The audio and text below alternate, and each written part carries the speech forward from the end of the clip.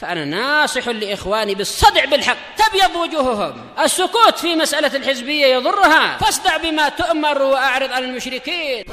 سلامي على دماج ورجالها والشيخ يحيى ودار العلم يا سعد بانيها. Bismillahirrahmanirrahim. Kita masuk kepada kitab yang baru di dalam Sahih Bukhari. At-Tasi', kitab yang ke-9, Kitabu Mawaqitis Shalah, waktu-waktu salat. Walaupun sebenarnya ini adalah cabang dari Kitabus Shalah juga, tetapi mungkin karena apa? Pembahasan ini terlalu panjang, maka dibuat jadi kitab khusus, Mawaqitus Shalah, waktu-waktu salat. Al-babul awal mawaqitus shalah wa fadliha. Waktu-waktu salat dan keutamaan salat. Wa qaulullahi azza wa jal, firman Allah azza wa jal. Inna sholata kanat 'alal mu'minina kitaban mawquta. Sesungguhnya salat adalah sesuatu yang diwajibkan kepada kaum mukminin. Kanat 'alal mu'minin, dia diberikan terhadap kaum mukminin kitaban, yaitu wujuban. Jadi kitaban bermakna wujuban, ketetapan, kewajiban. 'Alal mu'minin, kepada kaum mukminin, mauqutan, yang waktunya telah ditentukan waktunya. Ditafsir oleh Imam Bukhari, waqatahu alaihim, dia menentukan masanya kepada mereka. Nah, sekarang masuk kepada hadisnya. Al-hadisul hadi wassalasun ba'da khamsimi'ah. Al-hadi wal ishrun ba'da khamsimi'ah. 521. Haddatsana Abdullah bin Maslamah. Beliau adalah Abu Abdurrahman, Abdullah bin Maslamah bin Qa'nab al-Qa'nabi al-Madani. Min asbatin nasfi muwatta'i Malik. Termasuk orang terkuat dalam meriwayatkan Muwatta' Malik. Qal qara'tu ala Malik. Saya meriwayatkan saya membaca kepada Imam Malik, dan Imam Malik sangat memuliakan Abdullah bin Maslamah ini. Bahkan ada yang mengatakan yaitu atba'ut tabi'in. Iya, Malik tak pernah jumpa sahabat, apalagi Abdullah bin Maslamah. Iya. Iya. Selevel dengan Imam Ahmad zamannya. Atba, iya, min kibari atba'i tabi'in. Syafi'i pun atba' tabi'in. Betul, iya. Hanafi pun gitu. Abu Hanifah jumpa yaitu melihat melihat siapa? Anas bin Malik. Sahabat. Iya, melihat sahabat. Maknanya tabi'in. Iya, dia tabi'in, cuma min sigharit tabi'in. Maknanya Hanafi lebih tua daripada. Oh, memang paling tua dari empat itu. Di empat itu beliau yang paling tua. Cuma sayangnya tak mau banyak belajar ke para sahabat yang tersisa atau kibarut tabi'in. Ada masalah pribadi ya, masalah. Akhirnya ya bahannya jadi kurang, bahan ilmunya. Oh jelas, ra'yu. Orang lebih suka pakai ra'yu daripada menghafal hadis sampai sekarang. Tapi ijtihad dia. Ijtihad, iya, rahimahullah. Sudah semampunya. Sekarang kalau Hanafi itu ada taklid, dia ada internet. Iya, tak boleh taklid. Abu Hanifah sendiri melarang, jangan mengambil kami. Aku tidak menghalalkan bagi siapapun mengambil pendapatku sehingga tahu dari mana aku mengambil. Dia tak mau tanggung jawab nanti menyesatkan banyak orang di hari kiamat. Ya kalau ada masalah dia boleh buat online. Iya sekarang. Tanya ulama di Indonesia, tanya ulama di Saudi, Iya. Hadis itu mesti boleh dapat. Kalau mau orang lain pun boleh berkeliling dunia, takkan Abu Hanifah tak mau. Makanya dia dicela banyak ulama. Dari segi itu Imam Bukhari lebih bagus daripada Imam. Oh jauh. Makanya kata para fuqaha, kitab Sahih Bukhari kebanyakannya membantah Hanafiyah. Qala qaum terus dibantah dengan hadis ini. Tapi cuma Imam Bukhari terkenal tadwin hadis saja. Yang Imam Hanafi lebih kepada fiqh dengan usul fiqh. Betul. Fikihnya Bukhari ya memang di tajuk-tajuknya, di asar-asarnya, isyarat-isyaratnya. Tak boleh dikatakan ajaran Imam Hanifah di zaman sekarang ajaran sesat. Ya, yang salah dikatakan salah, yang sesat dikatakan sesat, tapi yang baik ya baik. Tapi sangat baiklah, zaman itu juga terbaik lah yang semampu. Iya, semampunya walaupun jelas sangat kurang, tak mau belajar ke Sufyan Ats-Tsauri, tak mau belajar ke apa. Padahal kesempatan emas di zaman itu. Tak mau belajar ke A'mash. Dia datang ke rumah A'mash ketika A'mash sakit aja. Anehnya di sini, Imam Hanafi lebih awal daripada Imam Bukhari. Oh, jelas. Jadi kalau ada Imam Bukhari awal mesti dah rujuk. Harapannya. Kan? Maksud di situ Imam Hanafi lebih tua daripada Imam Bukhari. Betul. Dia tak muncul lagi Sahih Bukhari ni. Dia terpaksa mencari manual, manual.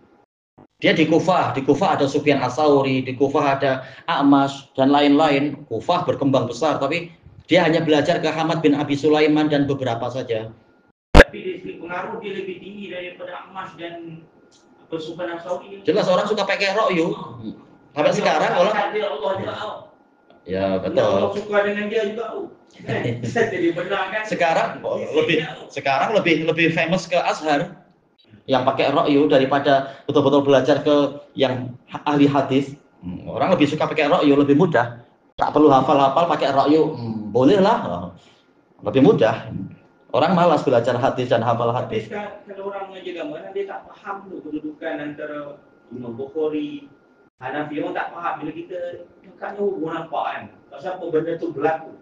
Sebab musabak tu. Kan? Penting tu sebab musabak tu. Memang. Jadi kita tak cepat menuduh. Baik, kita lanjutkan dulu. Kalau qara'tu ala Malik, saya membaca Muwatta Malik. Malik lebih suka memang muridnya yang membaca. Nah, dia nanti memperbaiki kalau ada yang perlu diperbaiki atau menjelaskan atau apa. Imam Malik Abu Abdillah Malik bin Anas bin Malik Al-Asbuhi Al-Yamani Summal Madani, Imam Darul Hijrah. Ani bin Syihab Abu Bakar Muhammad bin Muslim bin Ubaidillah bin Abdillah bin Syihab Az-Zuhri Al-Madani Asy-Syami, imamun bila mudafa'ah min sigari tabi'in. Dan termasuk murid terkuatnya Anas bin Malik radhiyallahu an. Anna Umar bin Abdul Aziz, bahwasanya Umar bin Abdul Aziz beliau Abu Hafs. Seperti kunyah datuknya. Datuknya Umar bin Abdul Aziz siapa? Umar bin Al-Khattab. Datuk tapi dari jalur ibu. Betul, khalifah. Jadi apa tabi'in enggak? Dia tabi'in, belajar kepada Anas bin Malik, belajar ke sejumlah sahabat. Dia tabi'in. Maknanya sekali sezaman dengan Hanafi lah, Hanafi. Dia lebih tua dari Abu Hanifah. Abu Hanifah hanya jumpa 1 atau 2 sahabat. Ini Umar jumpa sejumlah sahabat. Kibar tabi'in ini. Tak tahu apakah dijuluki kibar atau mutawasid yang pertengahan. Istilahnya jumlah sahabat yang dijumpai berapa ini? Yang pasti beliau minimalnya ya mutawasid yang pertengahan. Baik Al-Umawi. Kemudian dikatakan bahwasanya Umar bin Abdul Aziz akhara shalah. Pernah yauman pada suatu hari beliau mengakhirkan sholat. Fadakhala alaihi Urwah ibnu Zubair. Maka beliau didatangi, yaitu Urwah ibnu Zubair masuk menemui beliau. Urwah ibnu Zubair Abu Abdillah Al-Madani. Dari kalangan apa? Dari kalangan tabi'in min kibari tabi'in. Dan termasuk apa? Murid terbaiknya Aisyah. Baik. Berjumpa sejumlah sahabat Urwah, termasuk fuqaha Madinah Sab'ah itu. Fa akhbarah, ini amar ma'ruf nahi mungkar, memberikan nasihat kepada waliul amr. Ini baik, bukan diam saja ketika waliul amr berbuat kemungkaran dan beliau tahu suara beliau didengar. Fa akhbarahu annal Mughirah bin Syu'bah akhara as-salata yauman. Urwah ibnu Zubair mengkabarkan kepada Umar bin Abdul Aziz bahwasanya Al-Mughirah bin Syu'bah pada suatu hari mengakhirkan sholat. Mughirah bin Syu'bah Abu Muhammad, sahabat Nabi yang terkenal ma'ruf ya. Maksudnya ini jamak qasar nih. Tak, tanpa udzur, tanpa apa, memang menunda-nunda sholat. Iya. Wa huwa bil Iraq, ketika itu Mughirah bin Syu'bah ada di Irak. Ini adalah sebagai amir yang nantinya Mughirah bin Syu'bah akan digunjing oleh orang-orang yang tak suka beliau. Memang Kufah itu menyusahkan. Nah, beliau termasuk yang digunjing selalu, selain sahabat yang lain-lain. dicaci, diburuk-burukkan, dituduh macam-macam, bahkan dituduh berzina dan sebagainya. Iya, sampai Umar Ibnu Khattab sampai marah kepada orang-orang Kufah. Akhirnya didoakanlah, diberi amir yang baik-baik dari kalangan sahabat, tak terima. Nah, didoakan semoga Allah kuasakan kepada mereka pemuda yang sangat ganas dari Saqif. Datanglah Hajjaj bin Yusuf As-Saqafi. Memang. Betul. Akhirnya datanglah penguasa yang sangat mengerikan, membantai. Banyak kegaduhan berlaku di Kufah. Oh, memang. Sahabat yang baik-baik selalu diburuk-burukkan. Baik. Cuma sahabat memang baik, tak suka kekerasan. Nah, ketika datang yang pembantai ya baru semuanya tercenung. Ada apa bangun potong. Oh, memang. Nah, baru semuanya tak berani untuk melemparkan pasir. Nah, dulu suka melemparkan pasir ke Amir. Ini begitu Hajjaj bin Yusuf datang, mereka mau ambil pasir juga. Nah, mereka gelak, ini orangnya kecil, botak lagi, mau dilempar pasir. Padahal dalam masjid, nggak punya adab. Nah, tahu-tahu Hajjaj khutbah lah, ya ahlal Iraq, ya ahlan nifaq, ya ahlas syiqaq. Ini ra'aitu ru'usan qad aina'at, dan seterusnya. Sesungguhnya aku telah melihat kepala-kepala yang sudah masak, tinggal dipotong. Langsung semuanya melemparkan pasirnya, takut. Harus orang yang kayak gitu baru mereka tahu diri. Hajjaj bin Yusuf As-Saqafi ini dia mesti cekap. Jadi orang tu tak dapat tipu dia. Iya. Cuma ya dia berlebihan, tapi ya dikasih orang yang baik-baik, orang Irak tak terima. Dah dikasih yang sebaliknya, pembantai dan penumpah darah. Oh jelas, dia belajar pada Anas bin Malik, belajar ke beberapa sahabat. Walaupun dianya bukan menjadi orang yang baik, yang berbakti. Dia pentakbir lah. Iya, dia apa ngelima? Jenderal. Iya, jenderal. Baik, kita lanjutkan dulu. Dikatakan di sini, fadakhala alaihi Abu Mas'ud Al-Ansari. Maka dia didatangi oleh sesama sahabat, ya, untuk nasihat, amar ma'ruf nahi mungkar. Abu Mas'ud yaitu Uqbah bin Amr Al-Ansari Al-Badri radhiyallahu an. Faqal ma hadza ya Mughirah? Apa ini wahai Mughirah? Alaisa qad alimta? Bukankah engkau telah tahu anna Jibril nazala? Bahwasanya Jibril itu turun. Ini menasihati dengan dalil, bukan sekedar saya sahabat senior ikut saya, tidak, tapi sebutkan hujahnya. Jibril turun fasalla Rasulullah sallallahu alaihi wasallam. Kemudian Rasulullah Shallallahu Alaihi Wasallam sholat, maksudnya adalah di awal waktu, seperti di dalam riwayat Imam Malik dan lain-lain dari hadis Jabir dan yang lainnya itu. Jadi di hari pertama Jibril turun di awal waktu subuh untuk sholat. Rasulullah ikut. Summa sholat. Kemudian Jibril sholat lagi, yaitu Jibril naik ke langit. Kemudian waktu duhur, di awal duhur datang sholat. Fasalla Rasulullah Shallallahu Alaihi Wasallam. Rasulullah ikut sholat. Jibril sebagai imam bagi Rasulullah. Rasulullah imam bagi para sahabat. Kemudian naik lagi. Summa sholat. Kemudian datang dan sholat, yaitu di awal waktu asar. Fasalla Rasulullah Shallallahu Alaihi Wasallam. Maka Rasulullah sholat menjadi makmum bagi Jibril. Rasulullah jadi imam. Iya, ikut Jibril. Betul. Rasulullah ikut Jibril. Betul. Jibril mencontohkan waktu-waktunya. Rasulullah ikut. Jibril di depan Rasulullah. Betul. Cuma para sahabat tak mampu lihat. Rasulullah yang nampak. Iya. Gaib. Iya, gaib. Summa sholat. Kemudian waktu maghrib juga demikian. Awal waktu maghrib, yaitu tatkala matahari terbenam. Fasalla Rasulullah Shallallahu Alaihi Wasallam. Rasulullah sholat ikut Jibril. Summa sholat. Kemudian waktu awal isya juga sama. Yaitu tatkala rona merah sudah hilang, Jibril turun sholat. Fasalla Rasulullah Shallallahu Alaihi Wasallam. Kemudian Rasulullah Shallallahu Alaihi Wasallam sholat. Ini riwayatnya diringkas. Riwayat yang lebih lengkap, pada hari berikutnya Jibril datang lagi di akhir waktu subuh. Kalau awal waktu subuh adalah tatkala terbit fajar shodiq itu. Di akhirnya adalah sebelum matahari terbit. Kemudian waktu duhur adalah tatkala bayang-bayang tepat sepanjang badan orangnya. Kemudian waktu asar adalah yaitu tatkala bayang-bayang 2 kali lipatnya. Kemudian waktu maghrib adalah tatkala yaitu waktu di akhir waktu maghrib, yaitu tatkala syafaq sudah hilang. Nah, kemudian isya Jibril datang di tengah malam.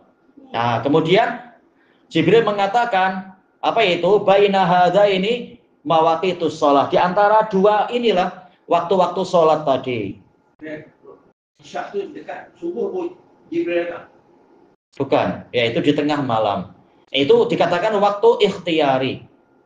Adapun waktu ittirari bagi orang yang terpaksa boleh sejak tengah malam hingga menjelang terbit fajar itu. Sebelum subuh. Iya, sebelum subuh. 55 pun sempat isya lagi. Ayo. Itu bagi yang terpaksa, yang tidak terpaksa hanya hingga tengah malam. Malam. Iya, waktu ikhtiyari hanya sampai tengah malam untuk sholat isya. Dalilnya banyak tentang itu. Hadis Abdullah bin Amr, hadis Ibni Umar dan lain-lain. Tapi jamhur mengharuskan sampai sebelum subuh 55 sempat lagi jam besar. Kalau masalah kalau orang yang sedang safar, ini safar madonatun masyakoh tak apa-apa, namanya safar. Tapi untuk orang yang santai di rumah atau apa, hanya tengah malam saja. Bukan orang yang terpaksa. 55 sebelum subuh itu masih lagi dikira isya. Kalau dia tidak terpaksa apa-apa, maka tidak sah. Iya. Sebagaimana waktu ikhtiyari untuk sholat asar hanya sampai bayang-bayang 2 kali lipatnya. Adapun setelah itu dikatakan sholatnya munafikun. Yang tidak terpaksa tahu-tahu sengaja milih nantilah begitu matahari kuning baru sholat, ini munafik. Demikian pula tatkala menjelang matahari terbenam, ini munafik. Tapi untuk orang yang terpaksa boleh selama masih ada matahari, walaupun sudah kuning, walaupun sudah terbenam sedikit, ini masih boleh untuk orang yang terpaksa.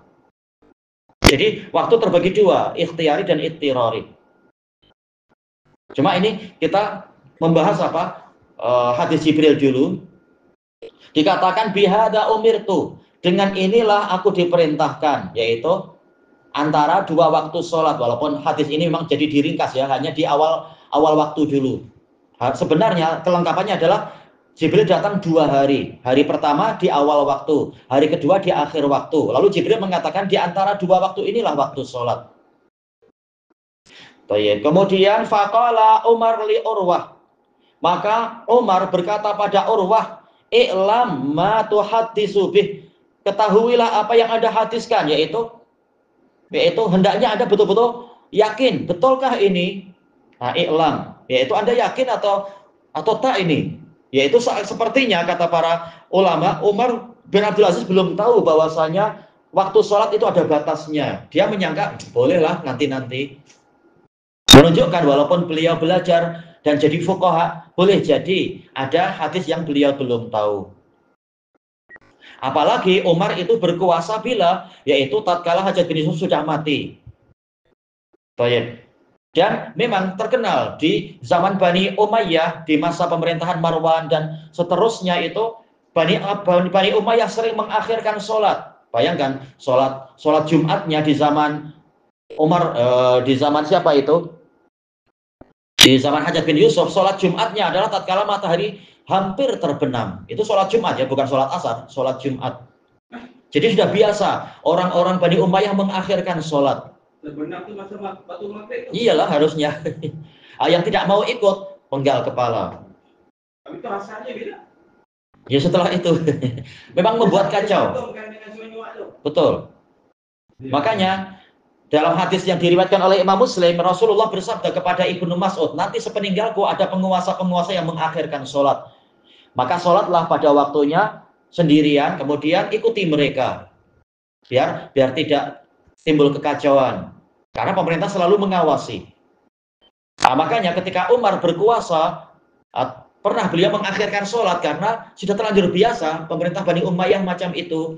Nah, kemudian diingatkan oleh para tabi'in tentang peristiwa ini. Yang betul adalah batas waktu itu ada. Baik, akhir waktu itu ada, dicontohkan oleh Jibril. Umar belum tahu, maka dia bertanya pada Urwah, ketahuilah apa yang Anda hadiskan ini. Awa inna Jibril huwa aqama li Rasulillahi sallallahu alaihi wasallam waqtas shalah apakah memang Jibril itu yang menegakkan waktu sholat untuk Rasulullah? Jadi dia tak menyangka ada hadis macam ini. Hadis Abu Mas'ud. Qala Urwah kadzalika kana Bashir ibnu Abi Mas'ud yuhaddisu an abi. Seperti itulah yang diriwayatkan oleh Bashir bin Abi Mas'ud dari ayahnya. Jadi memang ini betul-betul riwayat dari para sahabat yang menyaksikan peristiwa turunnya Jibril dan Rasulullah memberitahu begini-begini. Kita tambahkan sedikit lagi. Hadis yang berikutnya, asani wal ishrun ba'da khamsimi'ah qala Urwah wa laqad haddatsatni Aisyah. Jadi ada sanad lain. Selain sanadnya siapa tadi? Abu Mas'ud Al-Ansari, saya juga diberi hadis oleh Aisyah, yaitu makciknya Urwah. Anna Rasulullah sallallahu alaihi wasallam kana yusallil asr. Rasulullah salat asar wa syamsu fi hujratiha. Dalam keadaan matahari itu ada di bilik Aisyah, maksudnya nampak dari tingkap, kata Al-Hafidh. Bukan betul-betul di dalam ya, tapi dari tingkap nampak matahari. Memang sudah condong ke barat jelas, namanya asar. Qabla an tadhar. Baik. Qabla an tadhar, ini perlu pembahasan, kita bahas besok malam insyaallah apa maknanya itu. Yaitu yang lain mengatakan qabla an tasfar, sebelum matahari menguning. Jadi waktu ikhtiari orang bebas sholat asar hanyalah selama matahari itu putih. Kalau sudah menguning, ini tak boleh kecuali untuk orang yang terpaksa. Waktu zaman ini tak ada jam ini. Apa? Ada jam, tak ada jam. Oh, jelas belum ada ya. Jam matahari pun belum ada. Jam matahari di zaman Bani Abbasiyah katanya. Tapi Rasulullah sudah menyebutkan bahwasanya di waktu Jumat ada jam pertama, jam kedua hingga jam ke-6. Jam pertama adalah sejak selesai sholat subuh, atau yang lain mengatakan sejak matahari terbit. Nanti dibagi-bagi, diperkirakan. Ini tanda untuk mereka ni tahu sholat ni matahari ya. Iya, kayak matahari atau lihat cahaya-cahaya itu dan sebagainya. Matahari dan bayang ya. Betul. Ewa ilahuna wallahu a'lam. Subhanakallahumma wa bihamdika la ilaha illa anta astaghfiruka wa atubu ilaik. Alhamdulillahirabbil alamin. Jazakumullahu khairan.